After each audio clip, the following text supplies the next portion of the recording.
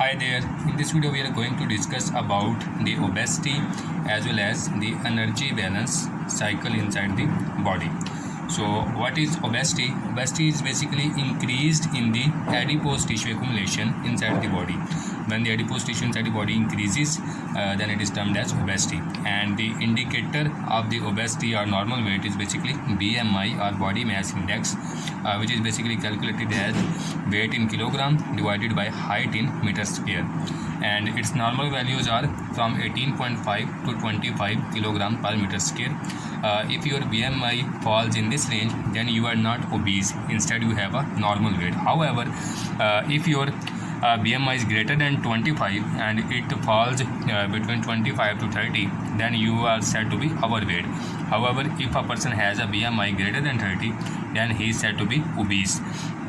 So, however, all the persons which are which have BMI greater than 25 are clinically we can say that are termed as obese. However, you can say greater degree of obesity arises when you have BMI greater than 30, and the person who have BMI less than 18.5 is termed as underweight or malnourished, you can say. Okay. So next we move on about what is basically obesity. Obesity, why it arises? It is basically an energy imbalance inside the body. If the energy intake or better to say calorie intake is equal to calorie expenditure, then the body weight of the person remains constant. However, if the calorie intake is greater and calorie expense is less, then there is energy imbalance, and it leads to the accumulation of fats inside the body and leads to the obesity. Okay.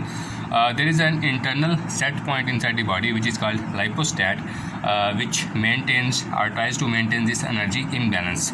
And the principal hormones or principal factors which are involved in maintaining the energy balance include leptin hormone, adiponectin hormone, and some other hormone which we will discuss more on in this lecture. So leptin hormone is basically coded by LEP gene, which codes leptin, and leptin basically functions to reduce the food intake. It decreases the food intake and increases the energy expenditure. So basically leptin works to reduce the adipose stored inside the body and works to reduce the weight of the body. Okay. So how this energy balance cycle works inside the body? This energy balance cycle has three parts. One is its afferent system, another one is central processing system, which is basically arcuate nucleus of hypothalamus, and third one is efferent system. Okay, so afferent system comprises leptin hormone, which basically reduces the food intake and enhances the energy expenditure. Ghrelin hormone, which is basically increasing the appetite and increases the weight, and peptide YY or double Y, you can say, it is basically satiety signals, which causes the decrease in appetite and reduces the food intake. So moreover, insulin also here is involved, which leads to the consumption of glucose. So basically these are involved in the afferent system, which create different signals depending upon the body needs. If a person is undernourished, then there will be a signal of increasing weight, and if a person is overnourished, then there will be a signal of decreasing body weight. So these signals are transferred to the arcuate nucleus of hypothalamus, which senses that if the body is overweight or underweight, and depending upon the condition of body, the arcuate nucleus of hypothalamus activates one of these two pathways. Either NPY-AGRP neurons are activated, or POMC-CAD CART neurons are activated. These are two different pathways. Okay. So POMC CART neuron, what they do? They basically lead to the weight loss and enhance the energy expenditure and decrease the appetite.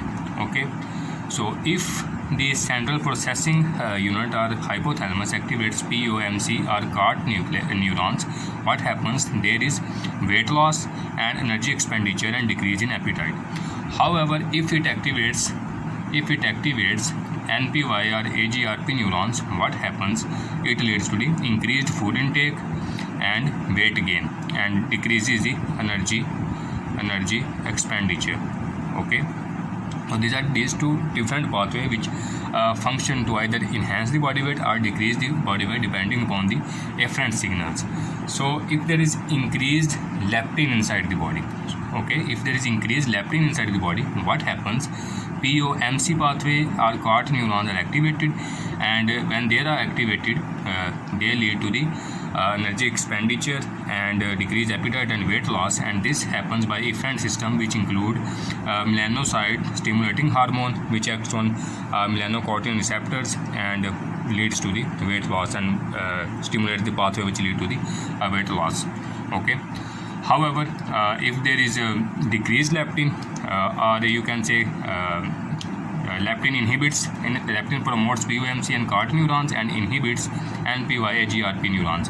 However, the ghrelin hormone which is released from stomach and it increases appetite, what it do? It stimulates NPY and AGRP neurons and promotes food intake and weight gain and decreases the energy expenditure. So, ghrelin and leptin hormone basically oppose the function of each other.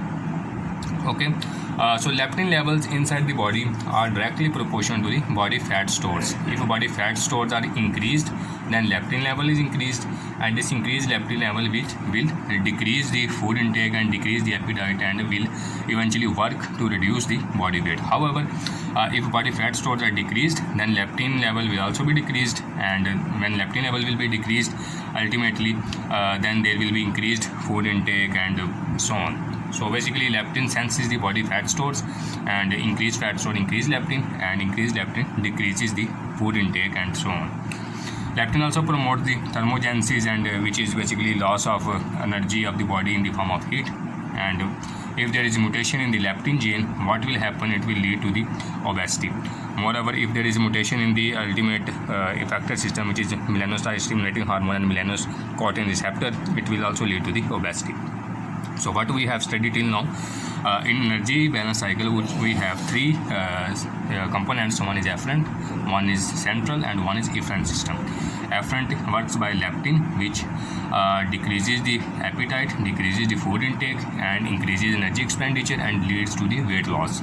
Ghrelin, which increases appetite and increases weight gain. Peptide gamma, peptide double Y, you can say, which is satiety signal and reduces the energy intake, and insulin, which also promotes the glucose consumption. So these, depending upon the levels of these hormones, the arcuate nucleus of the hypothalamus either activates POMC COT neurons or NPY-GRP neurons, and depending upon which neuronal pathway is activated, there is either increase in weight or decrease in weight, or you can say increase in obesity or a decrease in obesity, or increase in adipose store or decrease in adipose store. So POMC COT neurons are activated by leptin, and they lead to the weight loss, and NPY-GRP neurons are activated by ghrelin, and they lead to the increased food intake and increased appetite. Okay.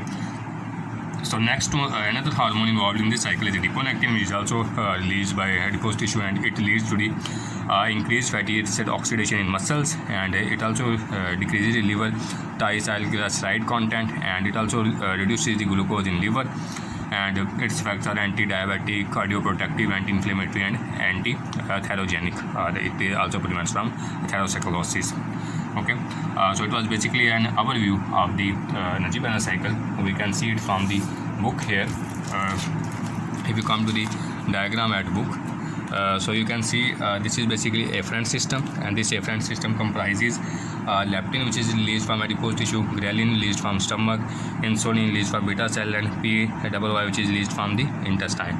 So these afferent signals are processed in the hypothalamus, and the hypothalamus activates either the POMC COT neurons or NPY-GRP neurons, and depending upon the pathway activated, there is either energy expenditure or food intake, which leads to the either increased body weight or decrease in body weight. So in this way, the balance of these signals and balance of these two neuronal pathway lead to the energy balance inside the body. However, if the energy intake is increased too much, or there is increased calorie intake,